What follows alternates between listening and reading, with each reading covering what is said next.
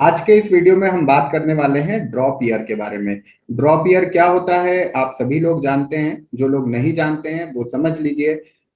मान लीजिए कोई एग्जाम आपको देनी है, उसकी प्रिपरेशन के लिए आपके पास बराबर समय नहीं था, तो आपने एक साल का समय अपनी एजुकेशन को या अपना जो भी सीक्वेंस था एजुकेशन का, चाहे आप पीजी करना चाहते थे यूजी के बाद में, ग्रेजुएशन के बाद या ट्वेल्थ के बाद ग्रेजुएशन करना चाहते थे, उसको ब्रेक किया और उसमें उस एग्जाम की प्रिपरेशन की। इस साल को हम ड्रॉप ईयर कहते हैं। अब ये जो ड्रॉप है, इसकी इंपॉर्टेंस तो ये है कि अगर आपने ड्रॉप लिया है और एक साल की प्रिपरेशन की है, तो जो भी आप डिजर्व करते हैं वहां तक आप आसानी से पहुंच जाएंगे, क्योंकि आपको एक साल का समय मिल गया है प्रिपरेशन करने के लिए। ठीक है, हो सकता है कि आप आईआईटी डिजर्व करते हो लेकिन फ्रेशर में आपको एनआईटी मिला हो, तो एक साल का ड्रॉप लेकर के और आप अच्छे से प्रिपरेशन करके आईआईटी में चले जाएं। या आपको बीडीएस मिल रहा है फ्रेशर में, लेकिन एक साल के ड्रॉप के बाद आप कहाँ चले जाएं, एमबीबीएस में चले जाएं। या कोई और ऐसी एग्जाम हो, चाहे यूपीएससी हो, एक अच्छी रैंक पे आप पहुंच सकते हैं ड्रॉप लेने के बाद। ये हमारी ड्रॉप की इंपॉर्टेंस होती है। लेकिन क्या हर बच्चे के लिए, हर स्टूडेंट के लिए ड्रॉप लेना फ्रूटफुल होता है, बेनिफिशियल होता है? इस चीज पे सबसे बड़ा सवाल हमारे सामने आता है, क्योंकि हम डिसाइड ये नहीं कर पाते हैं कि हम ड्रॉप लें या ना लें। सभी के दिमाग में रहता है कि ड्रॉप ले लेंगे एक साल हमारा खराब हो जाएगा, और ड्रॉप नहीं लेंगे तो हमें अच्छा कॉलेज नहीं मिलेगा। तो ये जो कंफ्यूजन है, ये कंफ्यूजन अगर आज ही हमारा क्लियर हो जाए तो हमारा या तो पूरा साल बच जाएगा, या फिर हमको ड्रॉप के बाद कोई बहुत अच्छा कॉलेज, बहुत अच्छी रैंक या बहुत अच्छा ऑर्गेनाइजेशन या बहुत अच्छी ब्रांच हमको मिल जाएगी। तो यहाँ हमको ये डिसाइड करना है कि हमें ड्रॉप लेना चाहिए या नहीं लेना चाहिए। अब ड्रॉप लेना चाहिए या नहीं लेना चाहिए, ये तो कोई बहुत बड़ा सवाल नहीं है। लेकिन सवाल इसके पीछे ये है कि उस ड्रॉप ईयर में हम रेगुलर अपनी स्टडी कर पाएंगे या नहीं कर पाएंगे। हमारे ऊपर कोई प्रेशर नहीं होगा, कोई स्कूल का प्रेशर नहीं है, कॉलेज का प्रेशर नहीं है, तो विदाउट प्रेशर हम पूरे साल रेगुलरली अपनी स्टडी वैसी ही कर पाएंगे या नहीं कर पाएंगे, जिससे कि हमको इम्प्रूवमेंट मिले। अगर ये हम नहीं कर पाए तो हमारा ड्रॉप खराब हो जाएगा। तो इसके लिए जनरली जो हम स्टूडेंट्स के साथ एक्सपेरिमेंट करते हैं, वो मैं आप लोगों के साथ डिस्कस करता हूं, मे बी कि वो आप लोगों के लिए फायदेमंद हो और आप भी पहले ही दिन डिसाइड कर पाए कि आपको ड्रॉप लेना चाहिए या नहीं लेना चाहिए।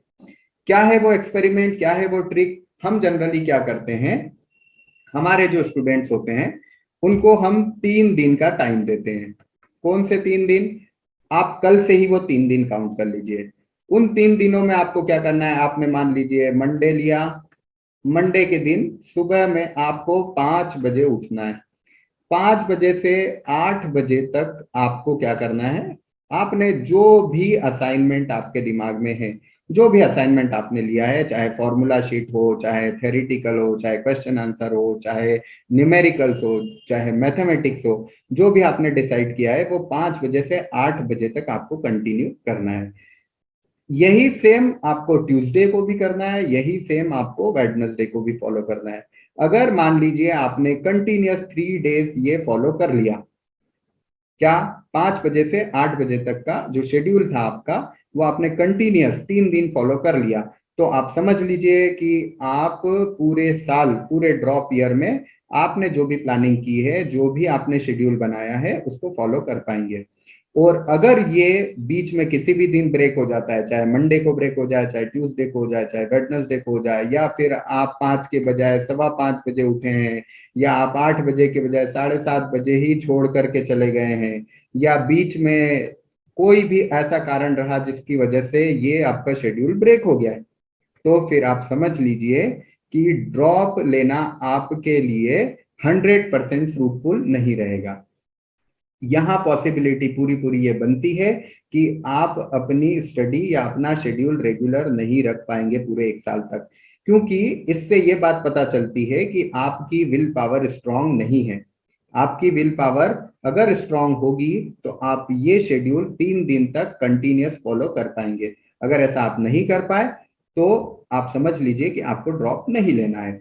और इसके रिजल्ट्स हमारे पास हमारे स्टूडेंट्स के आए हैं। जिन स्टूडेंट्स ने ये शेड्यूल फॉलो किए हैं, वो सभी स्टूडेंट्स ऑलमोस्ट ड्रॉप के बाद सक्सेसफुली अपना जो भी टारगेट था वो अचीव कर पाए। और जिन्होंने ये ब्रेक किया था और ब्रेक करने के बाद भी ड्रॉप लिया, उसमें 95% स्टूडेंट्स ऐसे थे जो कि इसको जो जिनका ड्रॉप जो था वो अनसक्सेसफुल रहा।